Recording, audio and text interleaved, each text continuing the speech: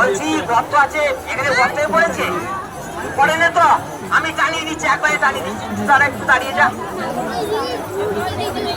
ঠিক আছে, সোজা করে এরকম ভাবেই টেনে নিয়ে চলো, ঠিক আছে চলো।